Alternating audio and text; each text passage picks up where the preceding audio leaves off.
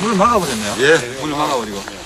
이금소가 여기 있어요. 20년이 지났지만 단번에 알아볼 수 있었다. 출입구만 바뀌었을 뿐 부대는 모든 것이 옛 모습 그대로였다. 민간인 신분으로 이 부대에 들어와 갇혀 있었던 이들. 그들은 이제 전과자가 되어 다시 돌아왔다. 전부 한데 이 담만 인생을 송두리째 앗아갔던 삼천교육대의 악몽을 만난 곳이 바로 이곳이다. 비행 들어가고 밤새도록 군인들이 군가 부르고 그쪽엔 총 쏘고 하늘에 헬리콥터가 떠가고 촬영하고. 삼천교육대 최대 집단 소요 사태가 일어났던 27사단. 잊고 싶었지만 결코 잊을 수 없었다. 억울하게 끌려왔던 삼천교육대에서 또다시 겪어야 했던 처절한 사건. 그것이 아직도 그들을 괴롭히고 있었다. 나이 18살에 깡패를 무슨 깡패를 새끼야. 전부 너무해.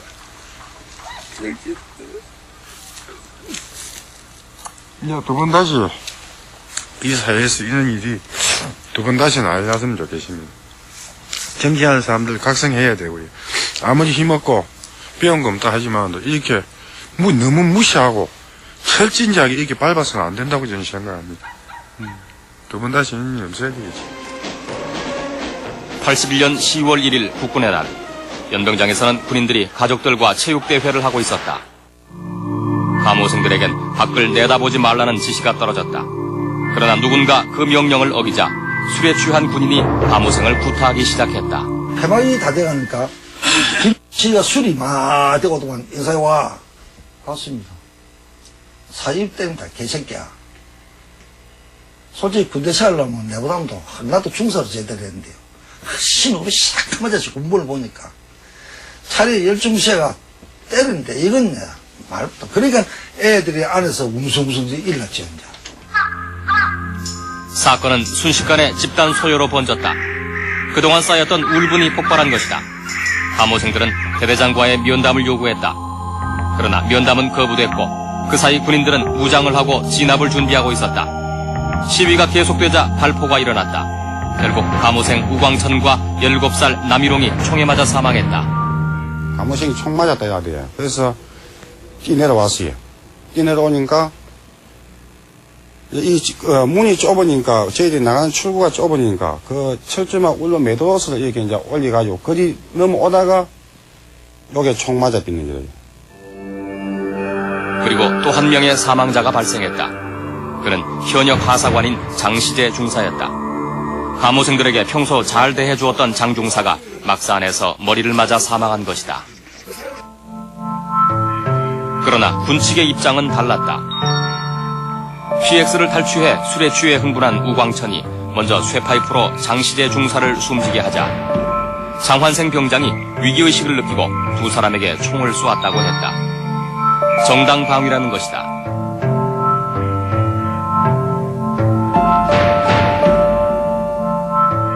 아닙니다. 그건 절대 아닙니다. 그 당시는요, 우리 감호생이 먼저 죽었고, 우리 감호생이 죽기 이전에 군인들은 전부 다 그 철조막 군 부대 막사 밖으로 다 나가버렸습니다. 그 있은 사람들은 제가 다 찾아다니는데요. 무전시에 세 사람을 제한 나머지는 전부 다 군부대 밖으로 다 나갔습니다. 군인들이 없었습니다. 다음 날 끝까지 집단행동을 했던 감호생 71명이 헌병대에 연행되고 25명의 감호생이 구속됐다.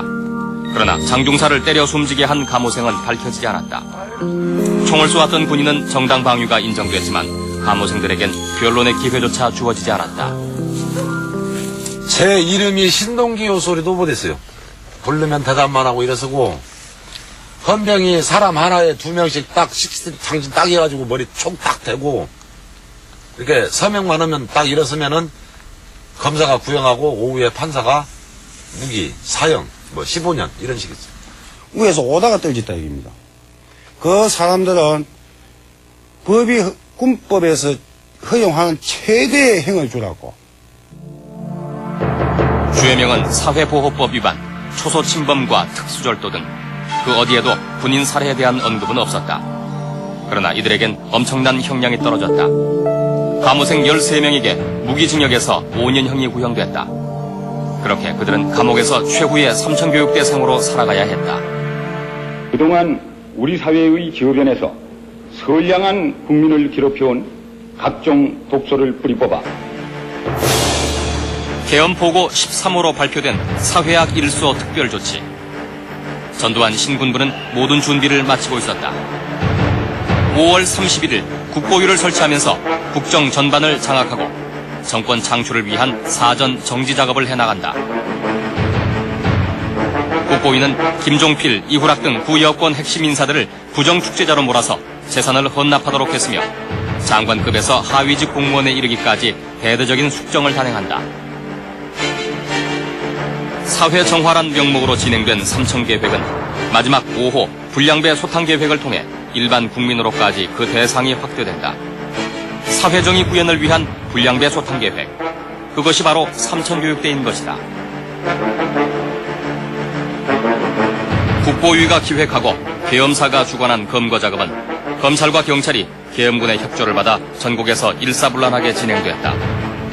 D-Day를 정한 군경합동작전은 무차별 연행으로 이어졌다.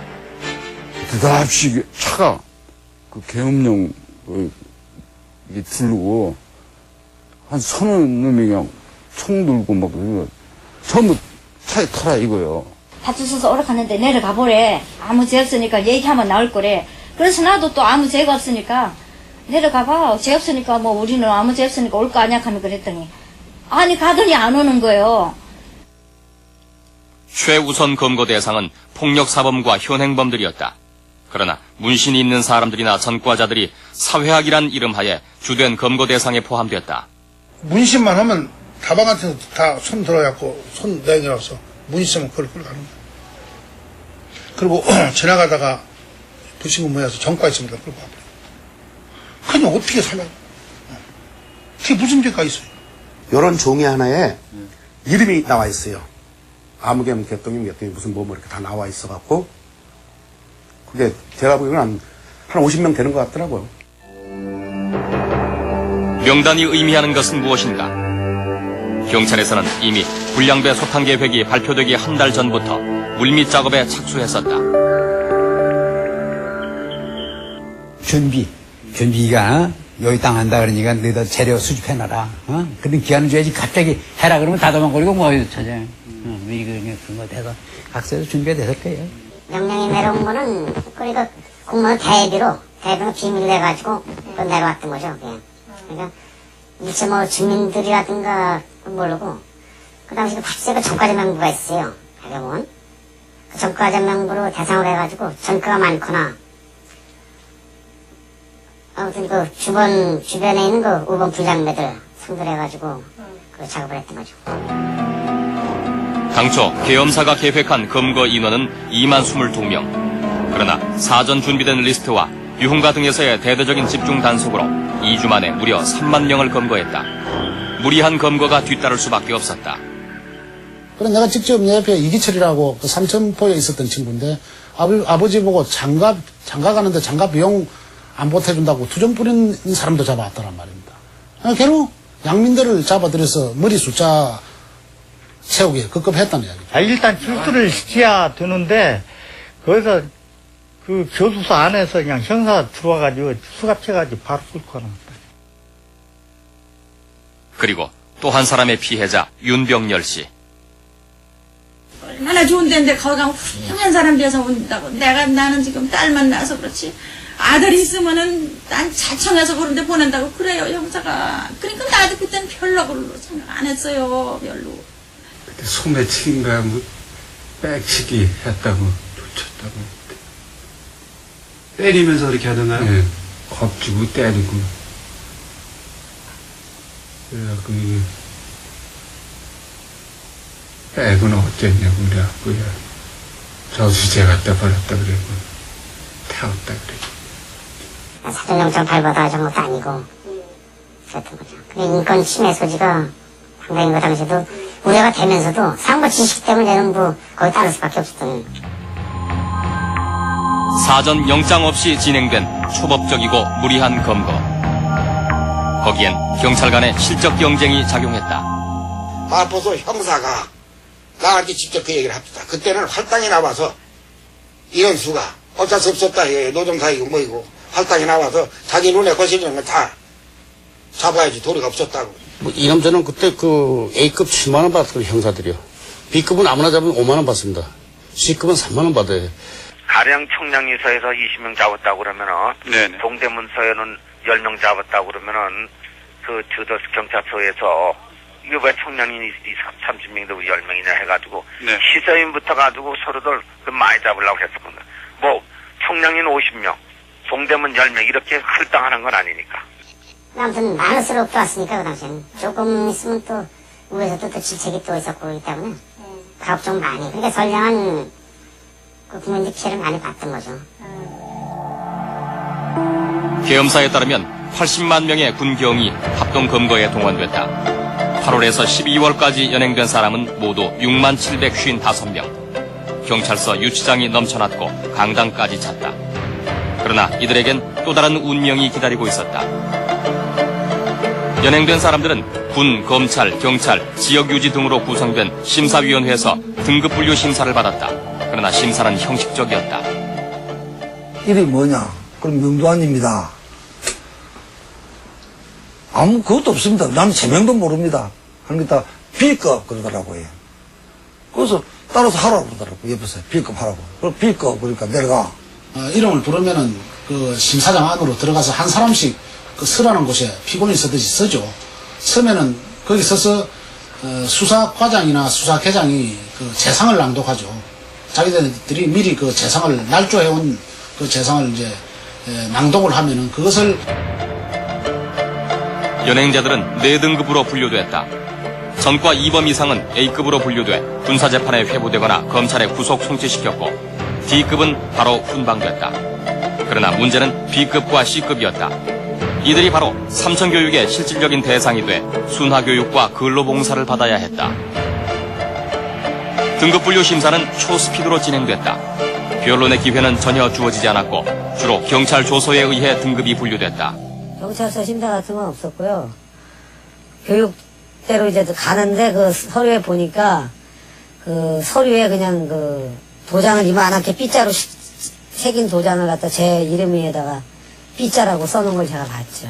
경찰서 조서를 받고 또 검찰서 가서 검사 앞에 서기관 앞에 사적 심리를 받는다든가 또 거기에 어떤 잘못된 부분이 있으면은 잘못되었다고 불복이면 불복이라고 얘기할 수 있는데 전혀 그렇게 얘기할 수도 없고요. 서류 심사만으로 등급이 부여된 많은 사람들은 자신의 등급도 모른 채 순화교육장으로 향해야만 했다. 경찰 조서에 의해 그들의 운명은 이미 결정돼 있었던 것이다. 또 어떤 그 대상이 있을 때 그래서 30개를 보내야 된다. 정말 악질적이고 뭐 그렇다고 할 때는 A급에 기준되는 그 용어를 사용했던 거죠. 범죄수법이 악랄하고 뭐 주민들하고 융화가 안 되는 거 뭐 그런 식으로 했던 거죠. 지침이 내려와 있을 거예요. 분류별로.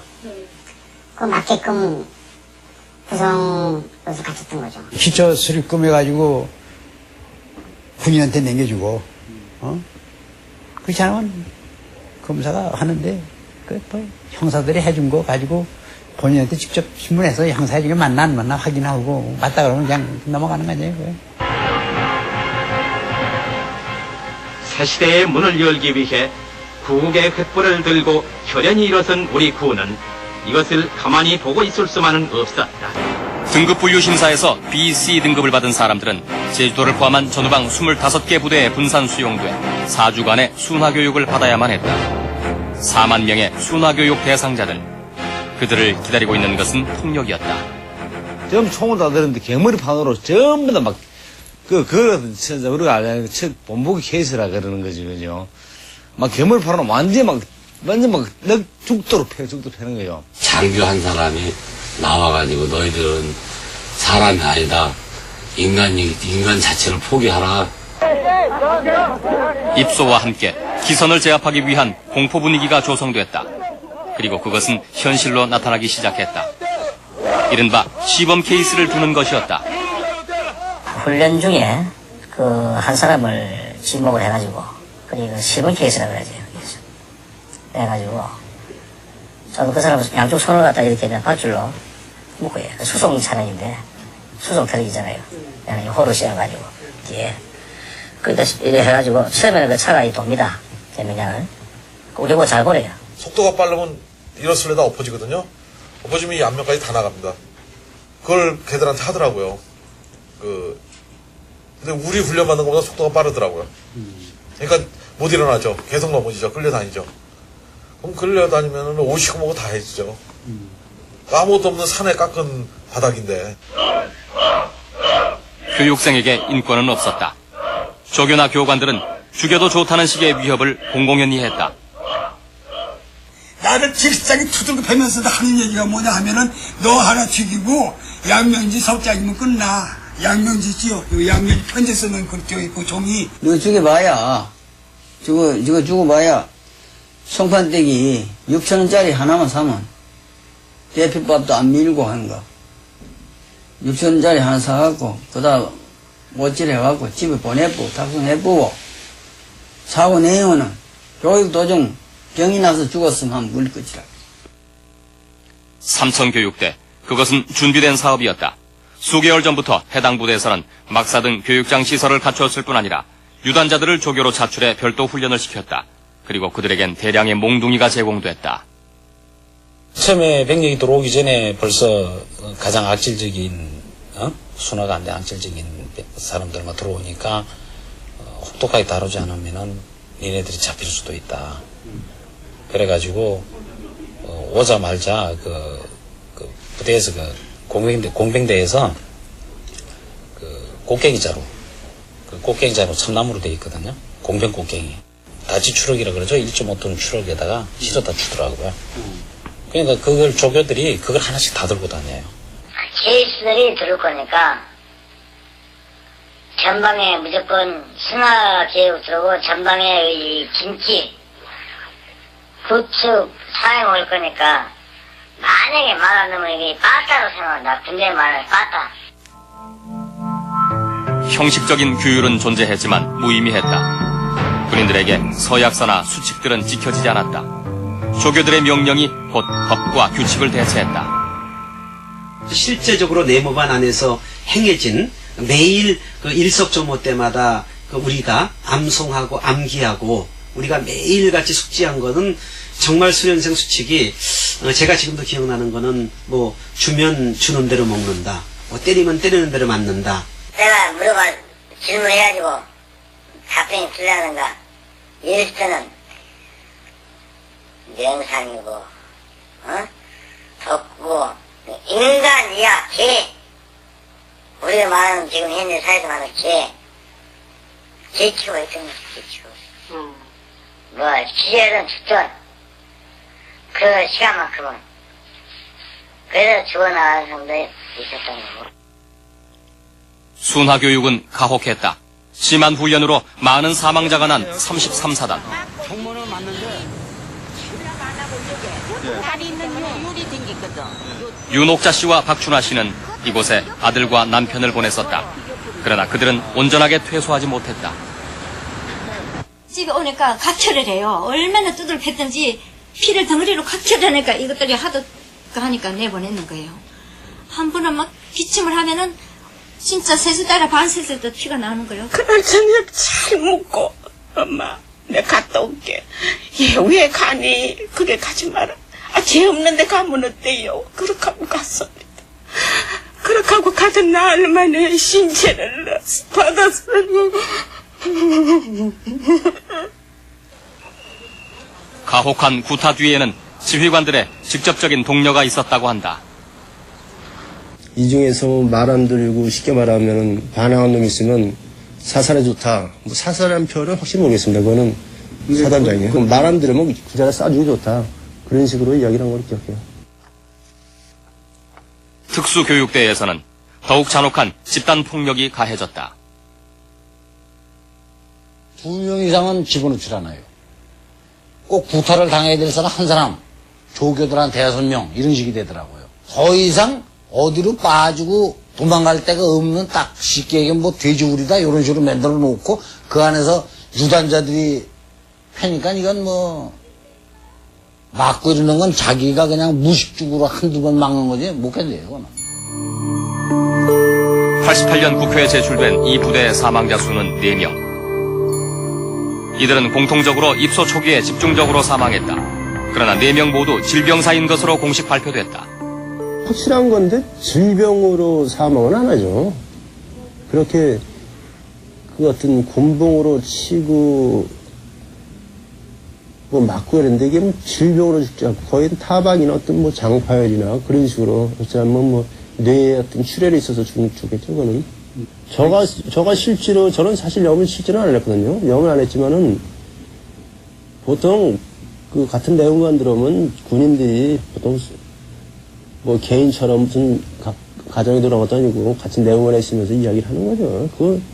그런 거는 뭐 3초 정도도 알지 않겠습니까? 먹는 자리가 이 사람이 죽으니까 꼬매지더라고요. 그래가지고 그거를 그러니까 니들도 그러면 이렇게 맞아 죽으니까 봐라 그러고 화장실 옆에다가 거적대기 씌워놨어요. 샘플로. 그냥 거기다가 맞아 죽는 사람은 거기 갖다 놨다가 실어보내고. 100kg 채가지고서는 상자가 터져가지고서는 그 물이냐 왜 코로 질질질 나오는 거 가지고서는 지금 여기 삼촌 교육대 들어와가지고 너무 잘 먹는다 이 말이야. 우리가 지금 먹고 있는 것이 중류급 이상의 그 음식을 갖다가 먹고 있다.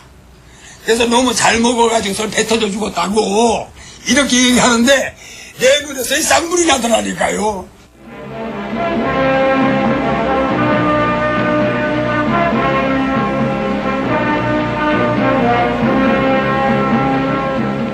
잠자리에 들어서야 살아있음을 확인했다는 순화 교육생들. 그러나 언론은 한 줄의 진실도 보도하지 않았다. 심지어 연출이 그 자리를 대신했다. 지금부터 할자공이나 문신 입고 그런 새끼들 앞으로 딱 나와 그런다고 선착순 빨리빨리 나오라고 한다고요.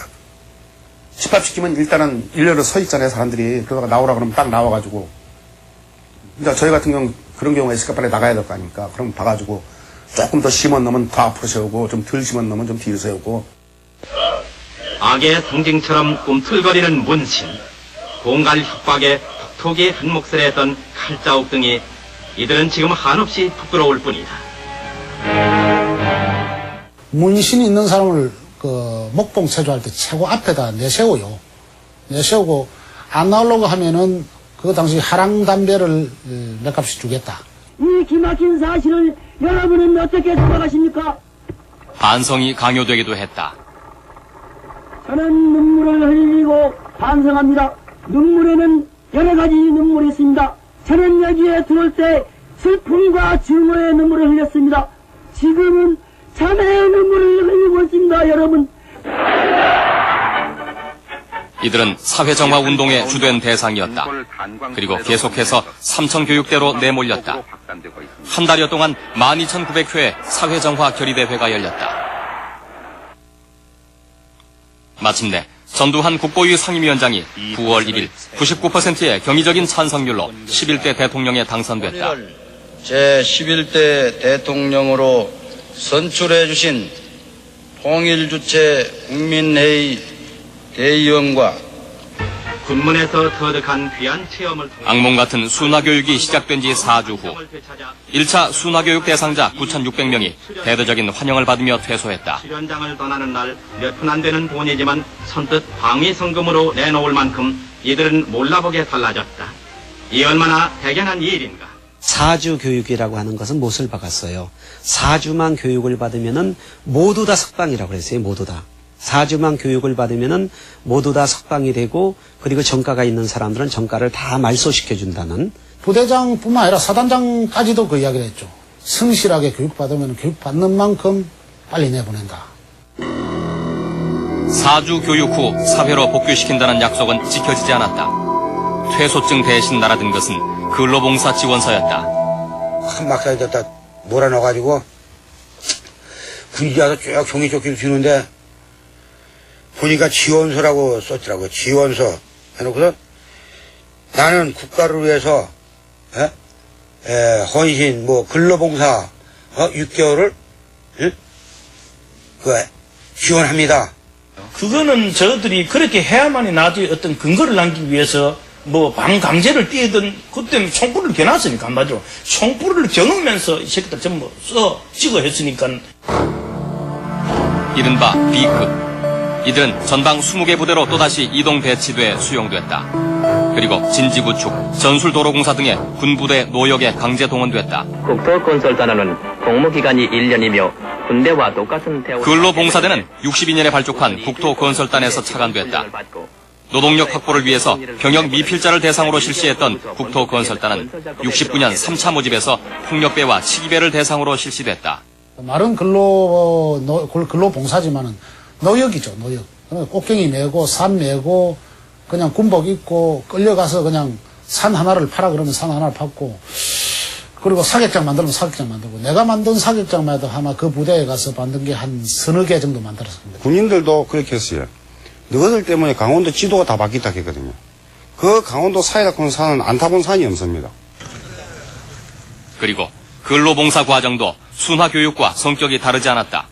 근로봉사는 가혹행위를 대신할 명분에 불과했다. 그 근로봉사는 내내 이제 와서 예. 거죠? 그러니까 보도로 걸어오면은 작업 한 30분이나 1시간 하면 값이 가야 돼요. 꽃게이 삽 걸어오면 앞에 총 하면은 우리는 꽃게이 삽이 우리 무기니까요. 앞에 총 해가지고 굽어옵니다.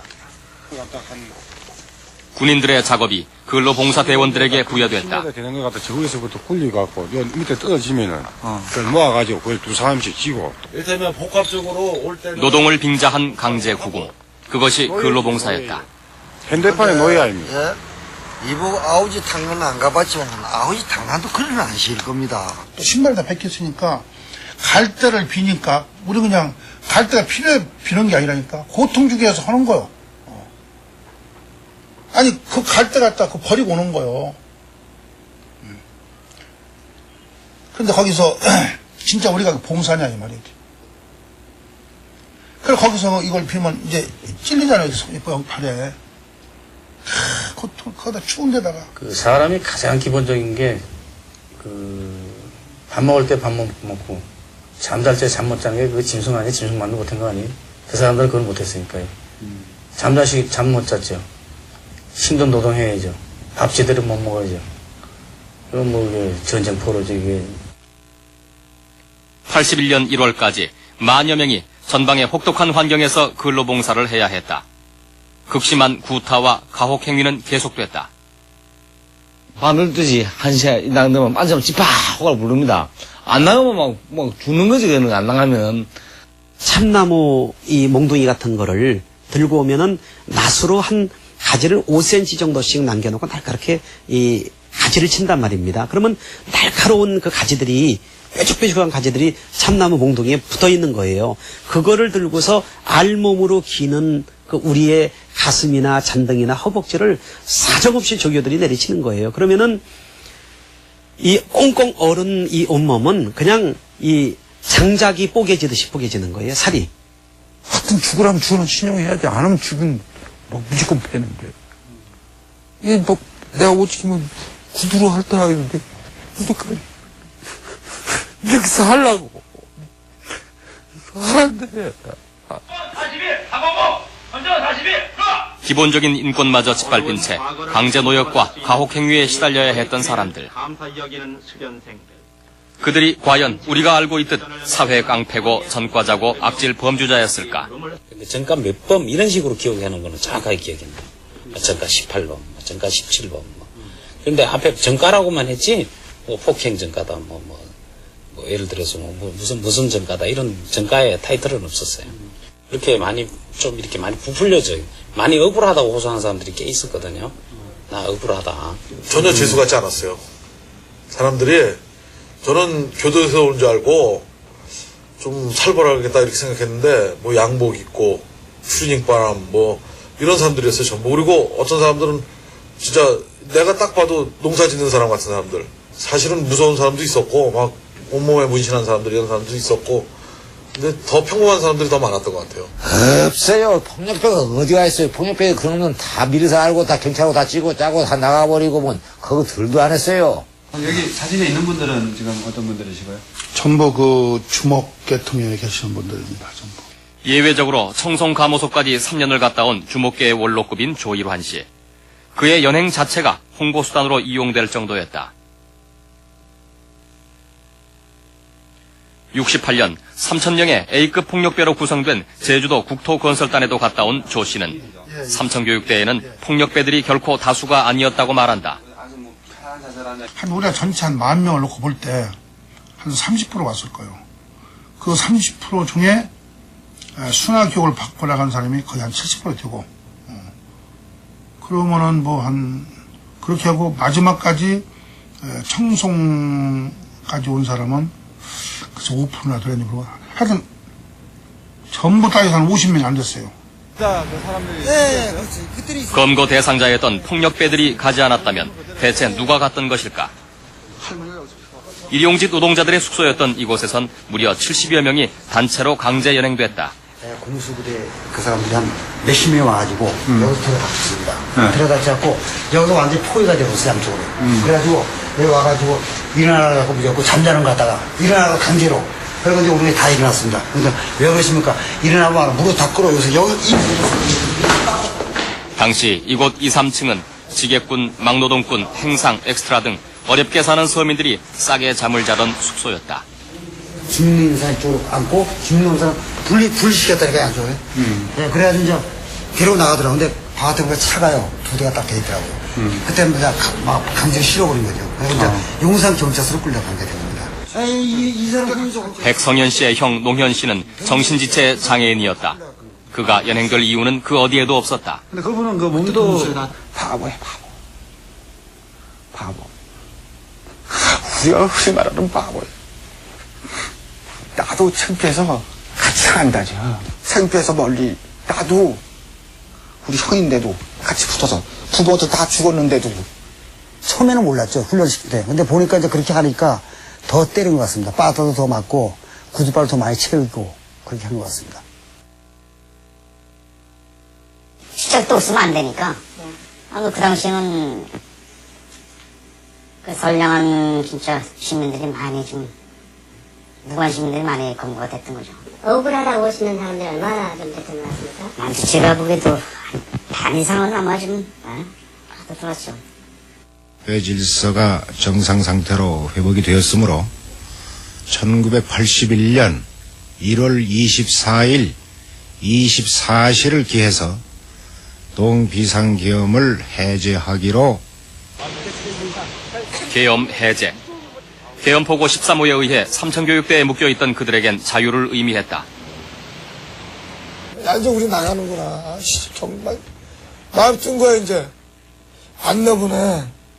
그래, 하루는 있으니까, 철조망에 무장한 병사들이 쫙 포위를 하더만은, 의정부에서 검사 하나가 오고, 각 중대장이 하나 참여하고, 이래갖고, 감호형을 주더라고요.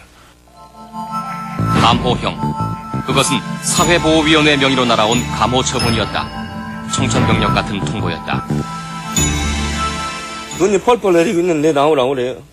나가니까 이름을 불러가지고 한 13무모 대기로 세우는 겁니다. 세우더만 군인 중령인가 올라가가지고 여기는 1년, 여기는 2년 모대기를 이렇게 나눠놓고 여기는 3년. 무슨 놈의 인민군들 재판도 그런 재판이 없었을 거예요. 3주만 교육받고 나오라 그러는데 이 지긋지긋한 죽음 몇 번 죽을 고비도 넘겼는데 앞으로 1년을 살아야 한다니까 죽고 싶더라고요. 내가 총만 쏠 줄 알았으면 아마 그 총을 맞고 차라리. 재분류 심사를 거쳐 특급에서 다급으로 분류된 사람들은 1년에서 5년의 보호감호 처분을 받았다. 모두 7,578명이었다. 심사는 사회보호위원들에 의해 한 달여 만에 처리됐다. 당사자들은 처분에 대해서 어떤 소명기회도 갖지 못했다. 사회보호법 부칙 5조에 경과조치를 두어 삼천교육생들을 계속 구금할 수 있는 장치를 만들었다. 삼천교육대의 그 전면에 내세워진 소위 그 홍보용 사실 전과자라 할지라도 그런 사람들은 이미 자신들이 과거에 저지른 죄에 대해서는 이미 다 처벌을 통해서 죄값을 다 지불한 사람들이었어요. 그런데 다시 죄를 재범할 가능성이 있다는 이유로 인해서 그 당시에 정부는 정권의 어떤 탄생의 제물로서 이 가장 사회에서 힘없고 사회에서 자기 변호의 능력이 없는 가장 이 무능한 사람들을 이 선택을 한 거거든요. 순화교육과 근로봉사를 거쳐 다시 보호감옥까지 폭력과 강압과 기만이 이어졌다. 그러나 이들은 다시 청송감호소가 완공되기 전까지 근로봉사 부대에 계속 남아있어야 했다. 누적된 불만은 집단행동으로 터지기 시작했다.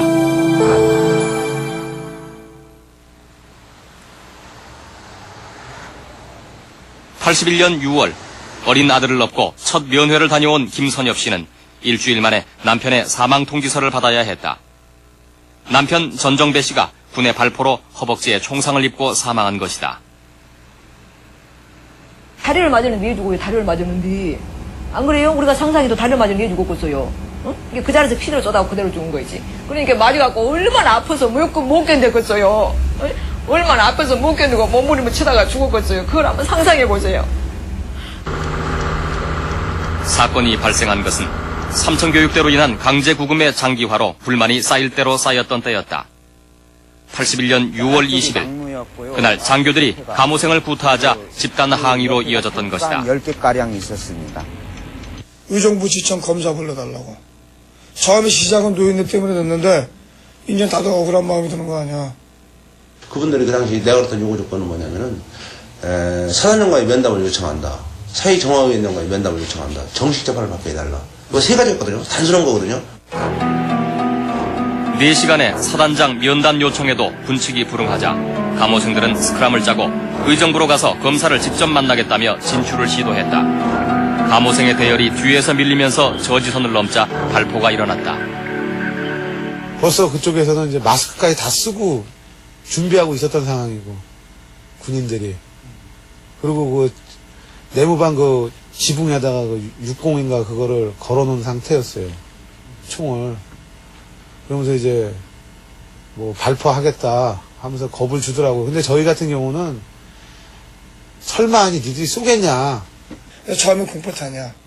공포탄인데 처음에 따다닥 하는데 와 총 맞았다 그러더라고 어떤 놈이.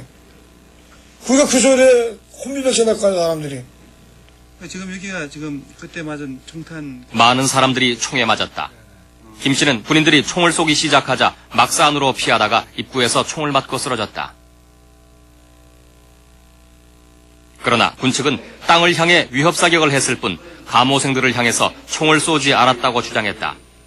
그때 사용한 총알은 모두 40발뿐이었고 감호생들이 도망간 막사를 향해서도 총을 쏜 사실이 없다고 말했다.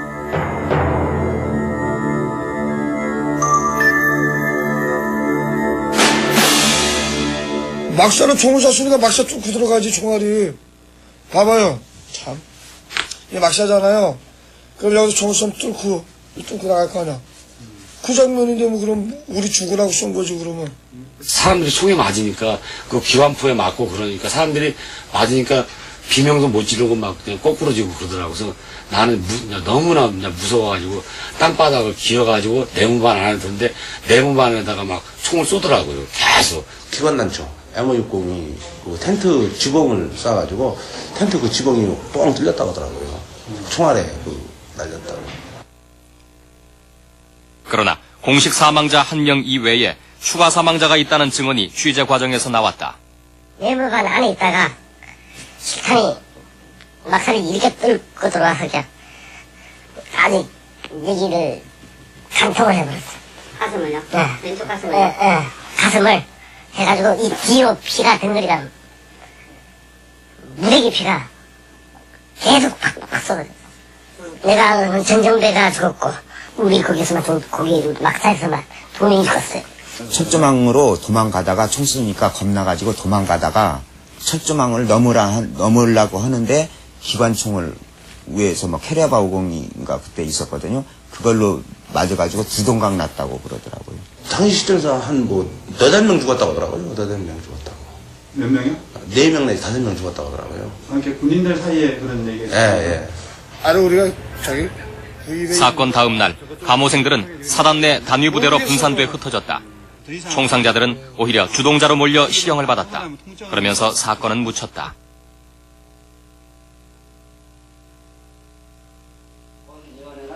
알겠습니다.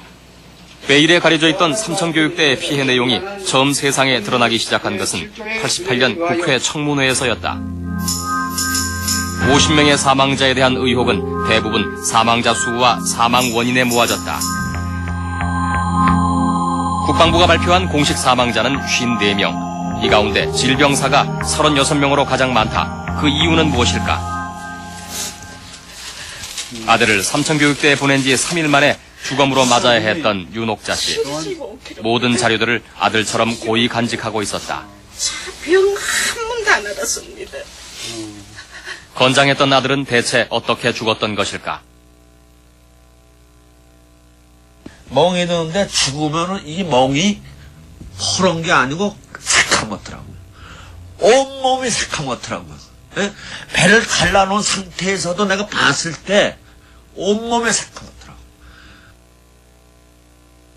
군에서 발급한 사망진단서에 의하면 신동훈 씨의 사망 원인은 병사였다.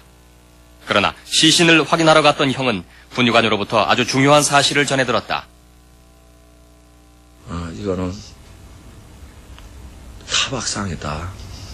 맞아서 죽었다. 그래서 내가 왜 보호자 없이 부검을 했느냐. 내 입장을 충분히 이해해줘야지. 다른 얘기 없었어요. 사진은 다른 것들은 다른 얘기들은 예. 헌병대 조사에서도 신동훈의 동료들은 그가 집단 구타 당했다고 증언했다. 밤 12시에 조교 5명이 오더니 자전거를 뒤집어 씌워갖고 그냥 끌고 나가서 그 도라무통 있잖아요. 옛날에 그 기름통 도라무통 거기다 물을 받아놓은 상태였던 모양이에요. 거기다 그냥 집어넣었던 모양이에요. 그러고 끄집어내고 몽둥이로 패갖고 결과는 질병사라고 쓸 수밖에 없었고 그렇다고 군의관이 처신 있게 아닙니다. 나는 이렇게 못합니다. 왜 사람이 맞아 죽었는데 질병사입니까? 하고 군대에서는 그건 통하지 않나요? 군대란 특수적인 조직에서는 그게 통하지가 않는 거예요.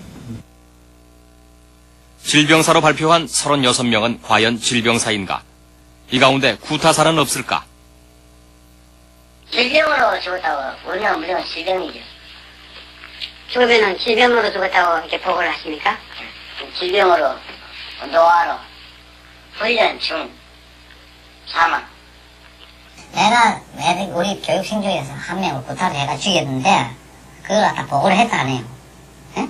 그럼 내가 구타를 해가 죽였다 해가 보고를 하는 게 없다는 이야기라.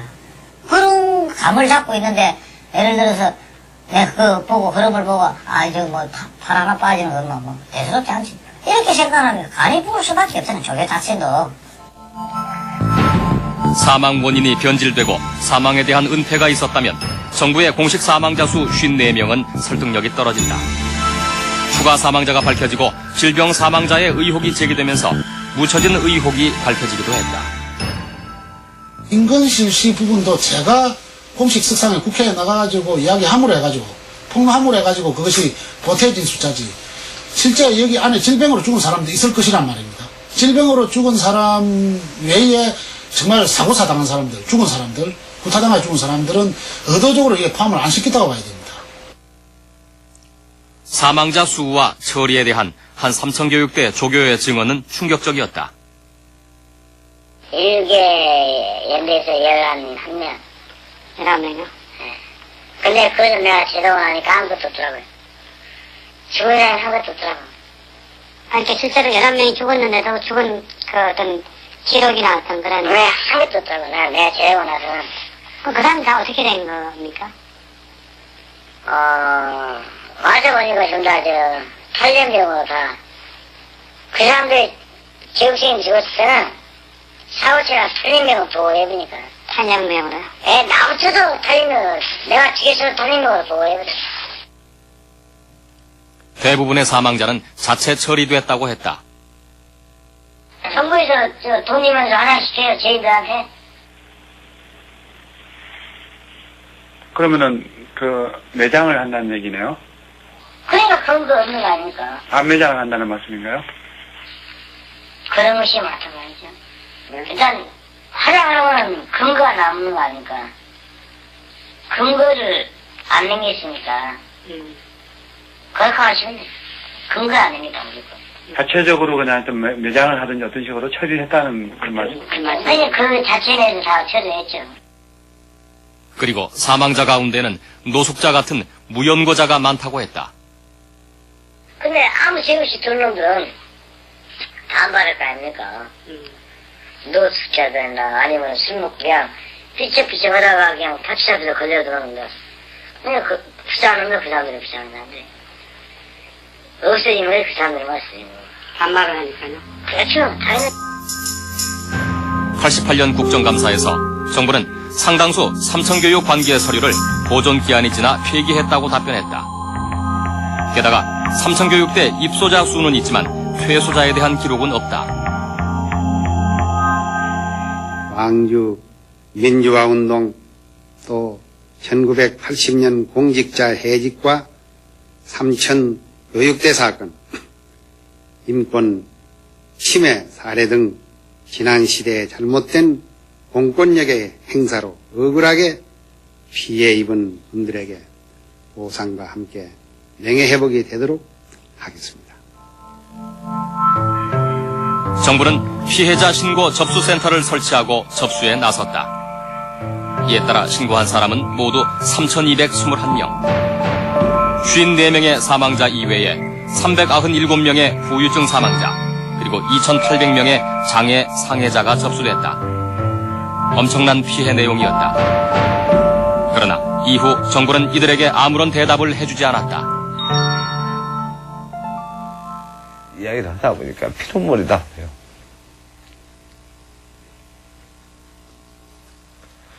지금도 저녁이면 내가 개버린 2알씩 아니면 잠 못 잡니다. 진짜 그래요.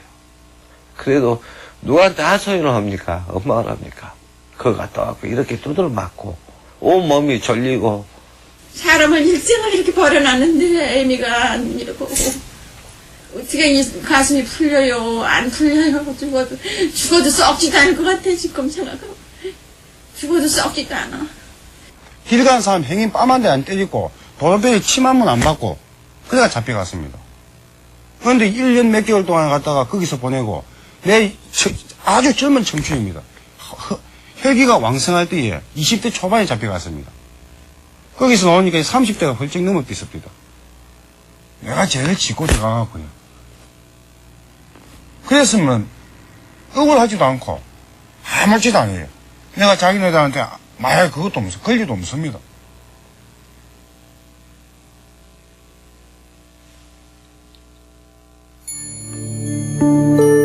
사회의 무관심 속에서 피해자들은 외롭게 싸워왔다. 명예회복과 진상규명을 위해 빚을 얻어가며 91년부터 소송을 시작했다. 그러나 언제나 결과는 기각이었다. 손해배상 청구 소송의 시효가 지났다는 이유였다. 국회의 특별법 제정 약속 역시 번번이 공수표로 끝나고 말았다. 회기 처리가 안 돼 늘 자동 폐기됐다. 문민정부, 국민의 정부가 들어서서도 상황은 달라진 것이 없었다. 그러던 중 작년 7월 비로소 작은 승리를 받아냈다. 20년 만에 얻은 유일한 법적 성과였다. 그것은 노태우 대통령의 배상 약속 불이행에 대한 위로금 지급 결정이었다. 네 몸은 내가 더 죽는데 봐도 네 몸은 나를 더 죽는데 봐도. 창호 씨는 정신병원만도 수없이 옮겨 다녔다. 가출을 밥 먹듯이 하고 아무 곳이나 다쳐 들어오기 일쑤였다. 그리고 이번엔 자청에서 병원으로 들어왔다. 옷걸이 그거를 가져와서 총이라고 들고 선풍기를 때려주고 선풍기가 막 대가리가 부서진 짓. 그 와그를 거의 훈련식이다 하는 게라. 그런 짓을 하고 내 잡으러 왔다 그만. 내 안에 잘못한 거 없습니다. 내 잘못한 거 없습니다. 맨날 그런 소리만 하지. 1980년 여름 해수욕장에서 수영복 차림으로 연행됐던 창호 씨. 삼천교육대 1년을 다녀온 직후부터 정신분열 증세를 보이기 시작했다. 그것이 어머니에겐 한이 되어 쌓였다. 1980년 전두환 정권에 의해 실시된 삼천교육대의 희생자들. 지난 22년은 이들에게 기만과 침묵의 세월이었다.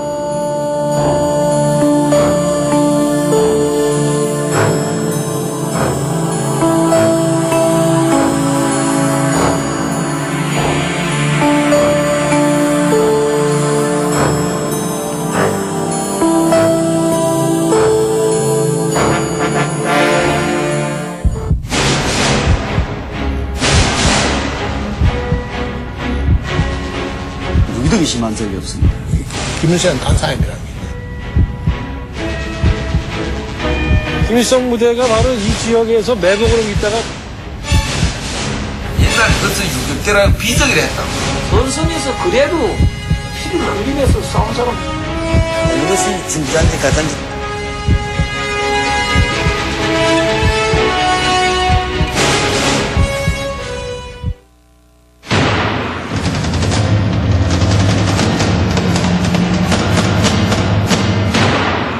아이콘으로 바로 뜬다.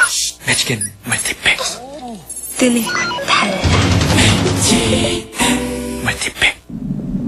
세상을 조용하게 만드는 것이 있습니다. 눈처럼 와라. 이 땅을 조용하게. 대한민국 1% 렉스탕. 세월이 지나. 얘들아 일로 와봐. 안녕. 몸은 괜찮고? 같이 졸업하는 거야. 디지털 36.5 삼보 컴퓨터.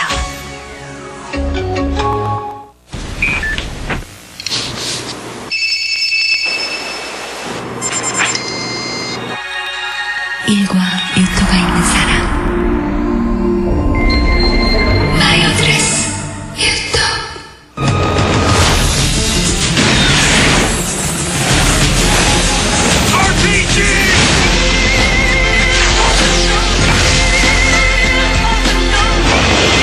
Black Hawk down. 289. 짜짜.